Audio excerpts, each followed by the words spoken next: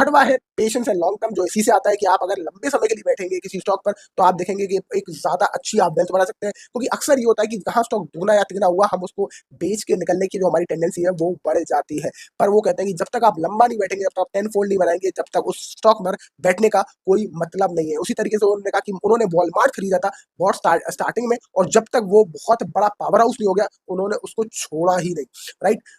सातवां पॉइंट वो कहते हैं अवॉइड ओवर डाइवर्सिफिकेशन। ज्यादा ओवर डाइवर्सिफिकेशन कर देंगे, यानी कि आप बहुत ज्यादा स्टॉक्स खरीदेंगे तो प्रॉब्लम ये है कि आपके जो रिटर्न है वो बहुत ज्यादा डाइल्यूट हो जाते हैं। इसलिए आपको ऐसे बहुत ज्यादा स्टॉक्स में इन्वेस्ट नहीं करना चाहिए। अगर आप बहुत ज्यादा ओवर डाइवर्सिफाई कर देंगे तो आप देखेंगे कोई स्टॉक आपका बहुत तेज भागा तब भी आपकी पोर्टफोलियो में कुछ ज्यादा फर्क नहीं आया, क्योंकि वो उसमें जो फंड एलोकेटेड था उस पर्टिकुलर स्टॉक के लिए वो बहुत कम है। इसलिए बहुत ज्यादा स्टॉक्स ना खरीदे। उन्होंने कहा एक इंडिविजुअल इन्वेस्टर्स के पास 20 से 25 स्टॉक अगर है तो बहुत काफी है, और उसी में उनको अपने डाइवर्सिफिकेशन खेलना चाहिए, राइट। आगे चलते हैं और वो कहते हैं check the story behind the stock.